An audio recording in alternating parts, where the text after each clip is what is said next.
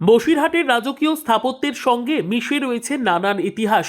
সেই ঐতিহাসিক উত্তর চব্বিশ পরগনার ধান্যকুড়িয়া গ্রাম এখন মেতেছে তার নিজস্ব ঐতিহ্যের মেলবন্ধনে।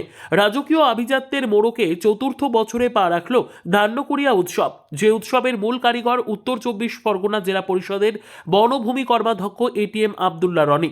আসলে অনেকেই ধান্যকুড়িয়া গ্রামকে বলে থাকেন বাংলার হেরিটেজ গ্রাম, কারণ এখানকার পুরনো স্থাপত্য শৈলীর অট্টালিকাগুলো যুগে যুগে সিনেমা আর সাহিত্যের রসদ জুগিয়েছে। দেখুন, আমাদের বঙ্গে এই গ্রামটা টোটালি যদি হেরিটেজ ভিলেজ বলা হয় তাহলে ভুল হবে না। কারণ এখানকার যা কিছু দেখবেন সবই কিন্তু পুরাতন ব্যাপার, এবং এখানকার যে সৌন্দর্য, এখানকার যে ঐতিহ্য, ভারতের আর কোথাও এরকম ছোট্ট গ্রামে আছে কিনা সন্দেহ। কিন্তু সেই ঐতিহ্যকে স্রেফ ইতিহাসের পাতায় বন্দি না রেখে সাধারণ মানুষের উৎসবে পরিণত করার কারিগর এটিএম আবদুল্লাহ রনি।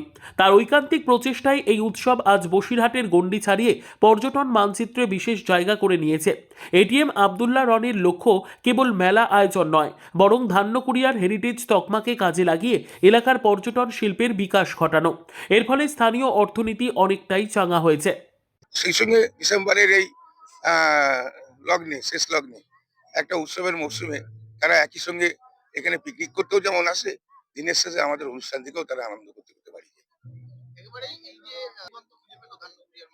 হ্যাঁ, অবশ্যই মানুষ বছরের শেষে একটু হালকা আনন্দ, সপরিবারে এসে একটু বাদাম খাওয়া, জিলিপি খাওয়া, গরম পাঁপড় খাওয়া, যেটা গ্রাম বাংলার মধ্যে আগে ছিল সেটা তখন হারিয়ে যেতে বসেছে, সেগুলো তারা উপভোগ করে। এবং এখানে বিভিন্ন অনুষ্ঠান হয়, ভালো ভালো শিল্পীদেরও আমরা নিয়ে আসি। তারা এখানে তাদের মঞ্চে তাদের প্রোগ্রাম উপস্থাপন করেন, মানুষ দেখে, মানুষের ভালো লাগে। এবারের উৎসবের বিশেষ চমক হলো এর পরিবেশ সচেতনতা।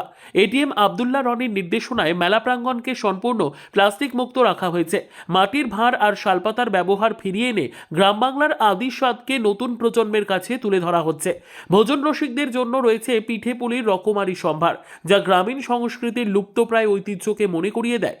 এছাড়াও স্থানীয় হস্তশিল্পীদের জন্য বিশেষ স্টলের ব্যবস্থা করে তাদের স্বনির্ভরতার পথ প্রশস্ত করার উদ্যোগ নিয়েছে উৎসব কর্তৃপক্ষ।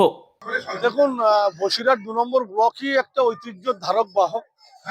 তার মধ্যে এই ধান্যকুড়িয়া গ্রাম পঞ্চায়েতের ধান্যকুড়িয়া মানে আজকের বিগত ৩০০-৩৫০ বছর ধরে যে মানে সম্প্রীতি, ঐতিহ্য এবং সংস্কৃতি সবকিছু ধারক বাহক বহন করছে।